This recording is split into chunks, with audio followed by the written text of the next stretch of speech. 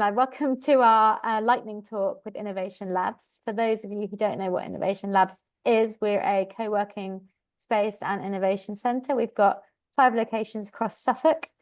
And today we have special guest Keir Kettle, who is joining us and going to talk about his business, which is, I don't know if, do you pronounce the acronym ORBN or is it Orbn? Orbn, that's right, yeah. Okay, because I didn't know whether it was ORBN. What does Orbn stand for? It doesn't really stand for anything, to be honest. It's one of those sort of I get, yeah, it doesn't have a specific meaning. Yeah, it was basically just I really liked the idea of a very short name for a company, and I like the fact that it's it's short, memorable, and all the domains were available, for example. So I quite liked it. That's always a win. Yeah. So can you give me a bit of background? How did you come to found the company, and how long have you been running this business for? Sure. So I've been a software, or started my sort of career in software probably about over 20 years ago, back in 2002. Started working as a website administrator, kind of akin to a webmaster sort of role. And since then, sort of worked for various different sort of companies as a software engineer, and then later on moving into as an engineering manager. Basically, a lot of what I was doing was solving legacy software. Sort of the problems were sort of legacy systems, scalability, etc. And I saw there was like a need for that sort of senior level.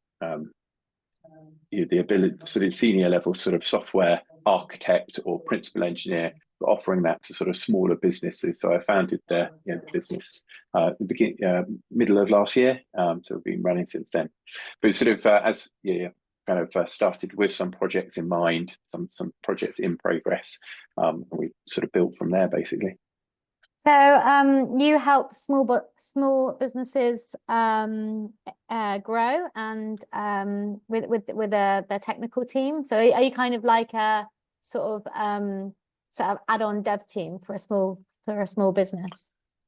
So we can sort of do team augmentation. So sort of bringing in some sort of technical talent to join a sort of existing technical team, or I can sort of join to sort of help solve some of the sort of engineering problems within an existing technical team. So if you're sort of running a dev team trying to build a product, then unless you have some technical leadership in place, a lot of the times you sort of run into the same sort of problems, which is around things like the velocity of your engineering effort goes down.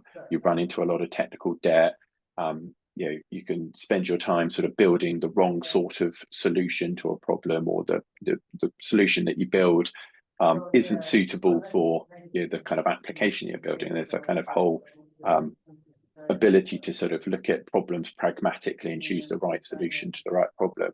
Those problems are, in technical teams, they happen all the time. So one of the things I can do is sort of join a technical team on what we call like a fractional basis. So it's kind of a newfangled word, but like sort of on a part-time basis, join a technical team to kind of basically provide engineering leadership. That's one thing that Orbn does. I mean, other than that, we also obviously a software development company and sort of build software for businesses specifically. Okay, and what sort of companies or businesses do you work with? All sorts, really. I mean, most recently we've been working in the sort of logistics, food service, and warehousing sort of industry. So building an ERP for specifically in that sector. Otherwise, we've worked with membership organisations. We've worked with an architect practice building some practice management software for an architect practice. All sorts of small businesses. The basic idea is to just bring sort of senior level technical experience to companies that otherwise wouldn't necessarily be able to afford to hire a full-time like a CTO or a full-time software engineer to join the team. That's kind of really where we sort of focus. I see, I see. And what sort of tech are you seeing being built now? Because is it more apps? Is it more web apps? What sort of things are people I think there's requiring? I think yeah, I think a combination of those. So I think I think if you sort of spend your time on LinkedIn or reading in the news, etc., you see a lot of you talk around AI and sort of things like AI agents and agentic sort of ways of building sort of autonomous software systems. But I think our day-to-day lived experience is that we're just seeing people still requiring the basics, software systems that sort of store data in databases and can reliably retrieve that information and display it in a way that sort of is sensible and easy to do. I think that's so. Yeah, it's interesting that sort of we don't see a huge amount of practical AI sort of requirement at the moment, but I think that's probably coming along as people sort of get more comfortable with sort of delegating their day-to-day tasks to AI specifically. And as we get sort of better and sort of understand more about how they can sort of fit into business operations. AI has literally exploded and there's just so much you can do with it, so many apps. So how do you, as a business owner, work that into your tech stack? I think the key thing is to actually is to step away a little bit from AI specifically and thinking that AI is the you sort of trying to find an opportunity for AI, but to actually really sort of spend your time understanding your business processes, understanding how the data flows, this sort of core fundamental software architecture style practice of looking at a business process and the data flow over that business process. And then from there, you can see that sometimes there is opportunities for either connecting applications together or sort of using AI where it's most useful. And that's usually in things like summarization or understanding sentiment or sort of making sort of small time decisions. I think at the moment, AI probably still requires a human to be in the loop in most of these core business processes. And that's something you can sort of build in. I think there is, when we sort of think about AI, we can sort of bring in all sorts of different sort of understanding of what that means. I'm talking very specifically about sort of generative AI, but also there is a rise of sort of business automation platforms, etc., which obviously we can sort of look at and sort of work out how we can use those in order to sort of build automated business processes. Yeah, I guess there's sort of a procurement process in using the different apps and services that are being built. I think one of the things in the customers that I work with, actually, this fragmentation, in terms of using different apps, is actually sort of causing more headaches because they end up having to work out how do we sort of take the data from one system into another system, and that's either usually by sort of downloading CSV files and uploading CSV files, or maintaining separate spreadsheets, or actual sort of people having to copy data. So that may be a really good place where AI can sort of fit in. When I say AI, I mean sort of in the general sense in terms of automation sort of workflows may well be able to fit in to sort of take data from sort of stitch these systems together. But I think actually a lot of the time customers really sort of prefer to have an all-in-one system where all of their data, all their processes is in a single system, and they don't have to worry about sort of stitching things together necessarily. You're Suffolk based, right? Yeah, based just outside Bury St Edmunds. Okay, tell us the story of how you and the business ended up in Suffolk. Yeah, so I've lived in Suffolk for probably the last 20 years or so after university. Moved this sort of direction, met my wife. She is from Wickenbrook in Suffolk, so she's a native.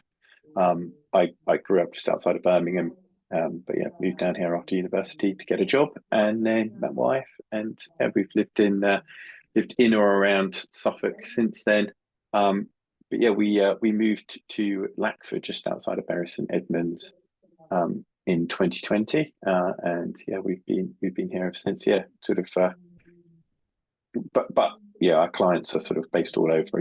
As I said, we've got an architect, and food services company here based in London, membership company based in Cambridge, etc. So yeah, we're sort of all over really, but sort of based here in various Midlands. And as a business, what are your growth plans for the next 5 years? I think that's a good question. I'm not entirely sure anybody really can answer that with real clarity at the moment, because technology is moving so quickly. I don't think anybody really understands how AI is going to impact any industry. So it's difficult to sort of answer with real concrete certainty. This is how I sort of see us sort of growing and progressing.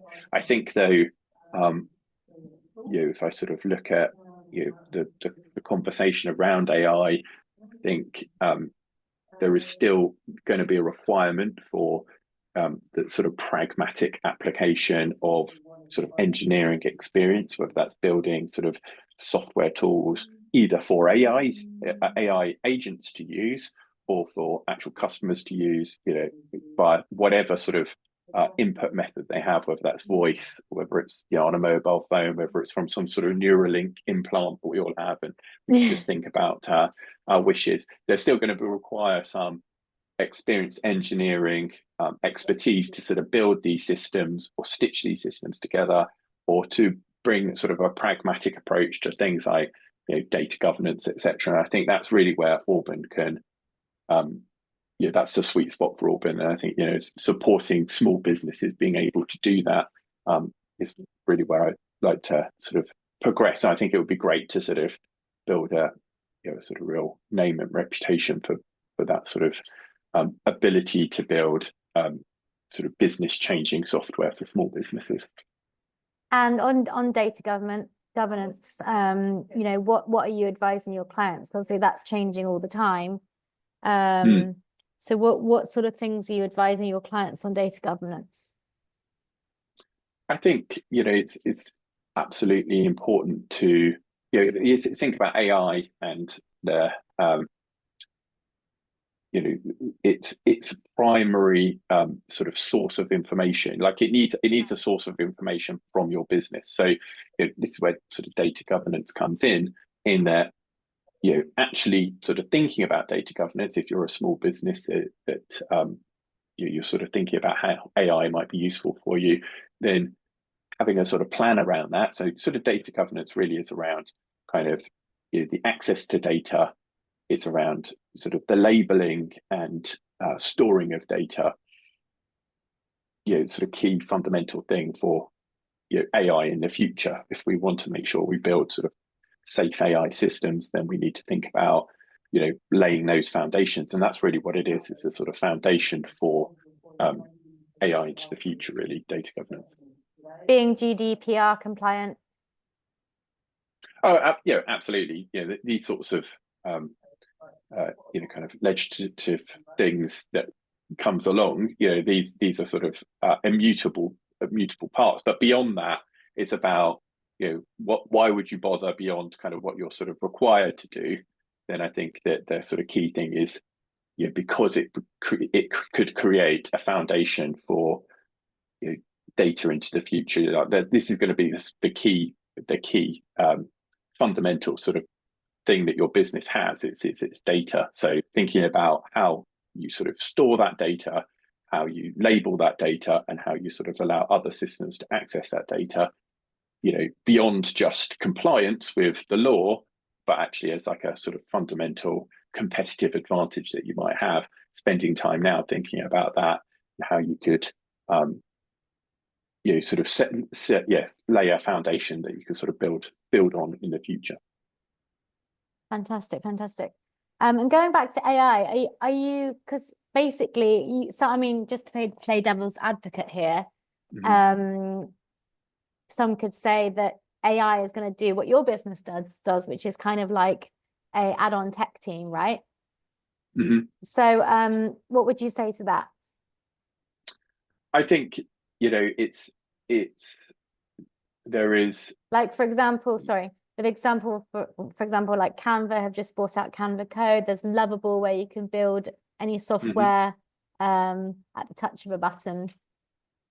I mean, at right now, in 2025, I think it is it's very exciting, and I think there is lots of opportunity to sort of speed up that MVP process. So if you're sort of trying to work out whether a product might have legs, being able to build a prototype as quickly as possible.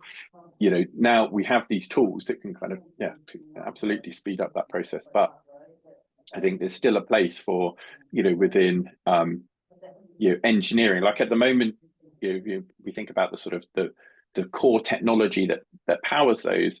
It is an inference engine. It's going to sort of decide based on the input what is the most likely output, but it doesn't necessarily guarantee it is right or correct. It just says it's probably is a good guess. And for MVP sort of situations or in situations where sort of creativity is really important, then AI is perfect for those sorts of applications. But when in business, where you're looking for sort of precision, you're looking for correctness, I think there's still going to be a sort of there's still going to be a requirement for senior engineering experience to be able to monitor the outputs of those systems and say whether or not they are correct or not. Obviously, as we sort of progress with technology, we sort of advance towards AGI, so artificial general intelligence. Some of that sort of requirement for us to sort of be involved, that will diminish. Yeah, absolutely, and we'll sort of we'll see. I think it's probably more. We'll see there still being some creativity from a human perspective being involved, but the actual the output of individual engineers will be massively increased. So I think like I said, I think nobody really fully understands how AI is going to impact any industry at the moment. We obviously try to keep ourselves right at the very forefront of kind of understanding what's possible with these tools that you talked about, and the sort of trends in which kind of people are using them and how they are using them. But I think this at the moment, I am I'm sort of balanced in terms of how I sort of see the sort of future. I think we will definitely see it's going to be much more challenging for junior engineers or people sort of entering in the sort of software industry to be able to sort of find positions that can be filled by AI. We've probably all seen the sort of internal memos from companies like Duolingo, etc., about Oh yeah, I saw that. There's just much more requirement internally from teams to be like, what can we do with AI? And those sort of roles in which junior engineers were able to fill previously and gain their experience and sort of learn these sort of things. Now that's the sort of role that's kind of currently being could potentially be fulfilled by AI. But I still think even there's opportunity. But I think senior expertise, technical expertise, I think that's still going to be a requirement, at least in the sort of short to medium term. Longer term, it's less certain. But I think we can pivot to delivering these AI services. Yeah, and for anyone that doesn't know, Duolingo's CEO basically sent an email around saying we're not hiring any new employees, and unless there's something that we can't do with AI. Did I get that right? Yeah. Yeah, I think a couple of companies have come out and said that now.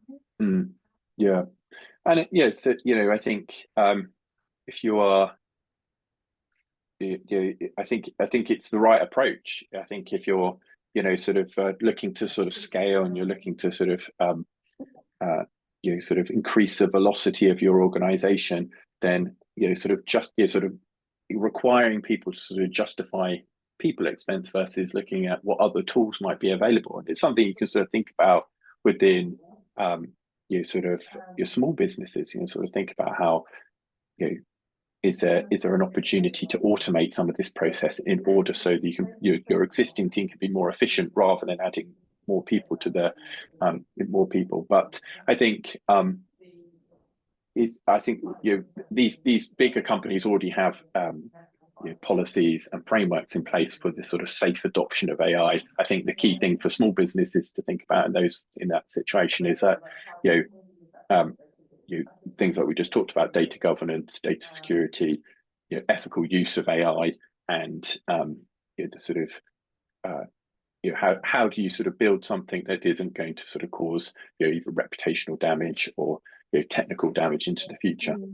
So I think absolutely think about sort of whether AI might be able to sort of improve the efficiency of your business, but you probably also need to think about how you go about doing that in the first place so that you don't create a problem. I was on a group chat the other day and we were discussing how AI has become people's therapists. Yeah. So people are using well, I use it. I use ChatGPT if I've got a question about my life. I actually am using it as a therapist and it's great. I do feel supported by it. So it's interesting. But apparently Sam Altman came out and had to adjust.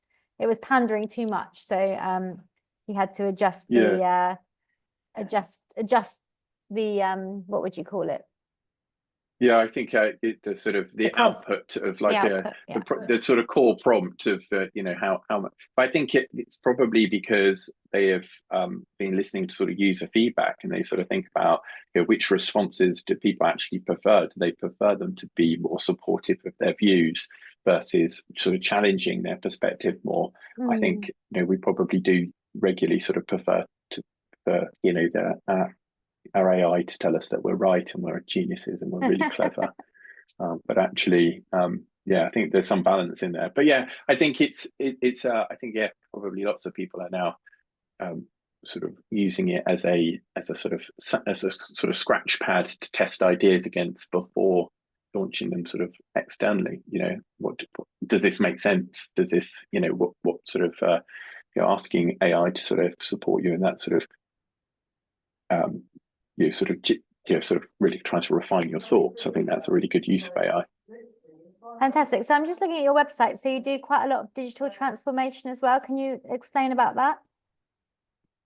Yeah, so I think so digital transformation is one of those sort of funny words which sort of sounds a bit like sort of corporate buzzword bingo, but ultimately it's like, you know, you can sort of break it down to say that it's like, you know, sort of looking at a particular problem, particular business problem that you have, and then considering across, you know, the various different sort of layers of that problem. So that might be from a technology perspective, that might be from a sort of expertise perspective within your business, and a people perspective. So the actual people using your system internally or the people that are using your system externally. So your customers, for example, and thinking about how can you apply technology to those processes, but bringing along all of those sort of different things. So sort of selecting the right technology, being able to apply it, and bringing along the people that use that so that it is actually rolled out and is successful